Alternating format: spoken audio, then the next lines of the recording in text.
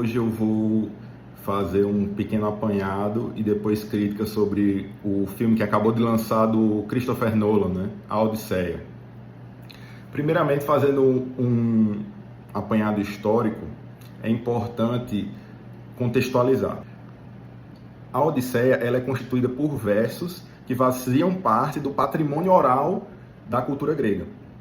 Ela só foi sistematizada bem depois, a partir do ditador Pisístrato, ditador ateniense. Ele pediu para seus escribas pegarem toda essa tradição oral e sistematizarem, né, em principalmente dois núcleos, né, a Ilíada e a Odisseia. É convencionado pelos historiadores que a Odisseia foi concebida primeiro e só depois a Ilíada.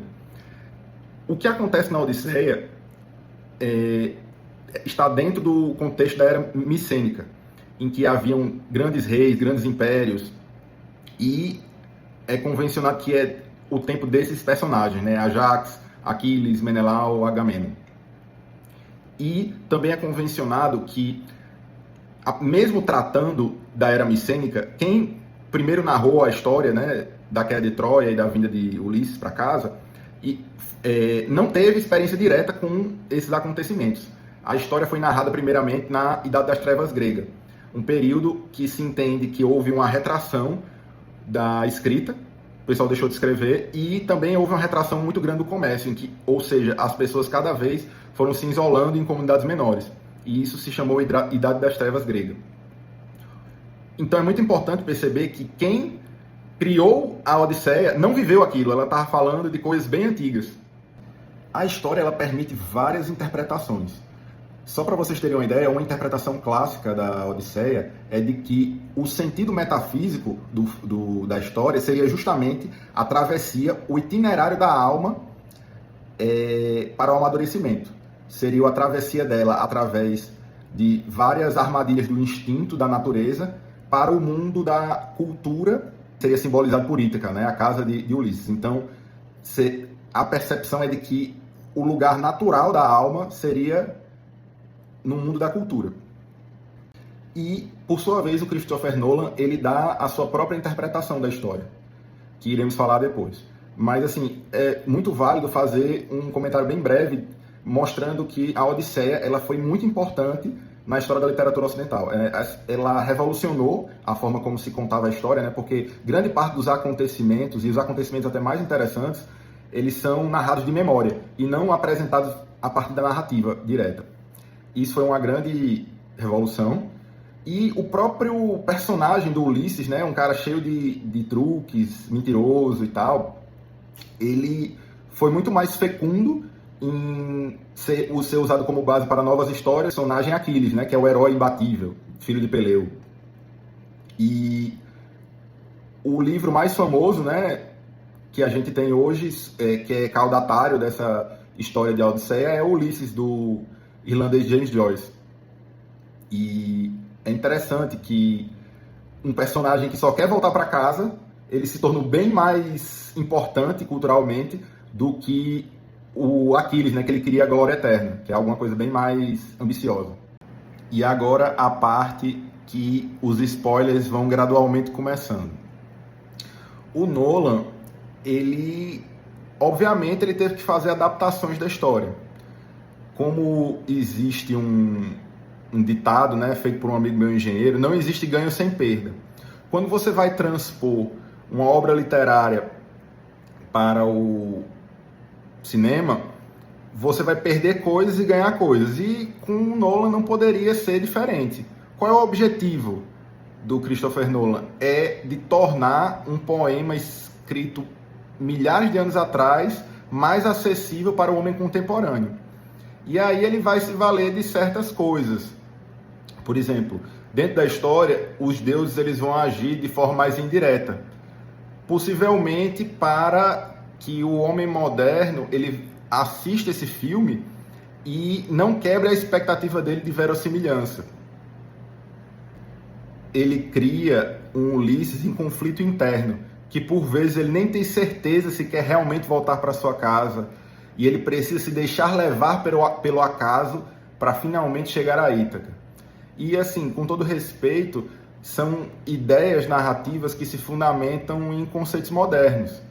Se vocês tiverem a oportunidade de ler o capítulo sobre Ulisses, escrito pelo Auerbach, vocês vão ver que o Ulisses ele é um personagem unidimensional. Ele é cheio de truques, é meio mentiroso, enganador, mas assim, ele só tem um objetivo, voltar para casa. E por quê? Porque faz parte da própria identidade, de como ele se percebe o reino de Ítaca. Então faz parte do nomos. Ele não consegue se imaginar fora de casa. E é daí essa necessidade dele voltar. Além disso, essa noção de profundidade psicológica, ela só vai surgir na literatura de uma forma mais organizada a partir das obras de William Shakespeare e Cervantes. Provavelmente o Homero ele não tinha essa noção de profundidade psicológica tal como nós estamos acostumados em ver nas obras contemporâneas. E tá tudo bem. Ulisses ele é apenas um cara que quer voltar para casa, que é muito inteligente, mas ainda assim ele não vai conseguir ir sozinho. Ele vai precisar da ajuda direta de Atenas. E isso vai ficar bem mais claro no livro do que no filme. Outro sentido que o Christopher Nolan ele quer emplacar no filme é de que a lei de Zeus, né, essa questão de fraternidade entre os gregos, foi rompida a partir da Guerra de Troia. Mas isso é uma forma dele tentar unir o início e o fim do filme, né? Cronologicamente, porque é a partir de todos os saques e tiranias feitas em Troia e as consequências que os personagens principais sofreram. E ele cria uma relação de causa e efeito. Mas, assim, quando você vai estudar mais a cultura grega, você percebe que as coisas são bem mais complexas. E sobre esse tema, eu tenho 3 pontos. O primeiro é de que a lei de Zeus já não foi respeitada desde o início, né? Porque Paris de Troia foge com Helena, esposa de Menelau, e isso é um estopim da guerra. Então a lei de fraternidade já foi rompida quando você foge com a mulher do cara. E você, indo mais atrás, você percebe que, de certo modo, toda essa guerra já tinha sido consequência de atos bem anteriores. Por exemplo, Zeus ele estupra Leda. Ele se transforma num cisne e estupra Leda, que vai ser a mãe de Helena. Ou seja, atos de deuses bem anteriores vão ser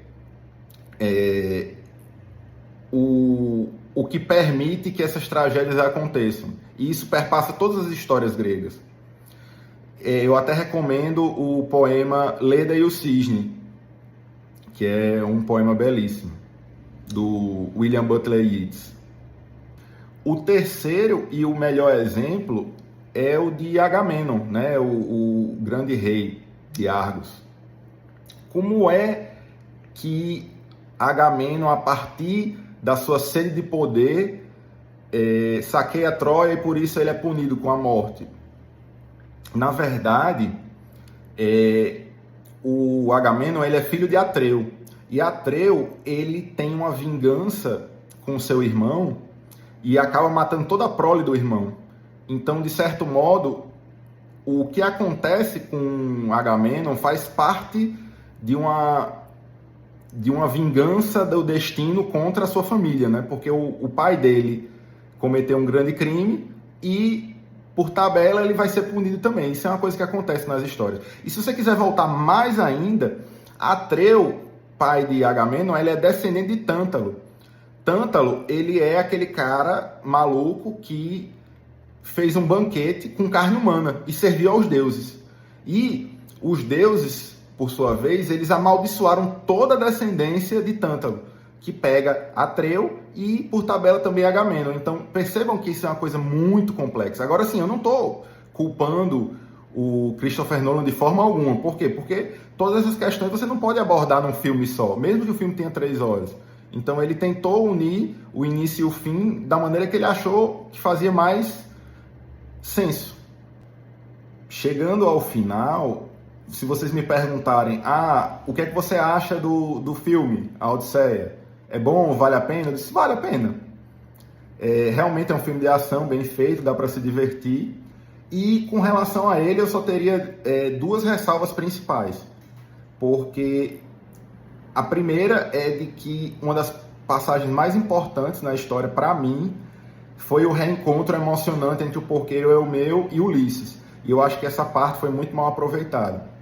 O segundo é de que eu achei um pouco de uma forçação o filme querer dizer que Ulisses poderia ser feliz com Penélope fora de Ítaca e deixando a sua coroa para o seu filho, né, Telêmaco. Eu achei isso uma forçação, mas assim, isso não estraga o filme de forma alguma, e quem quiser e puder assistir o filme, assista e comente nesse vídeo, que aí a gente pode trocar uma ideia legal. E obrigado pela paciência, valeu.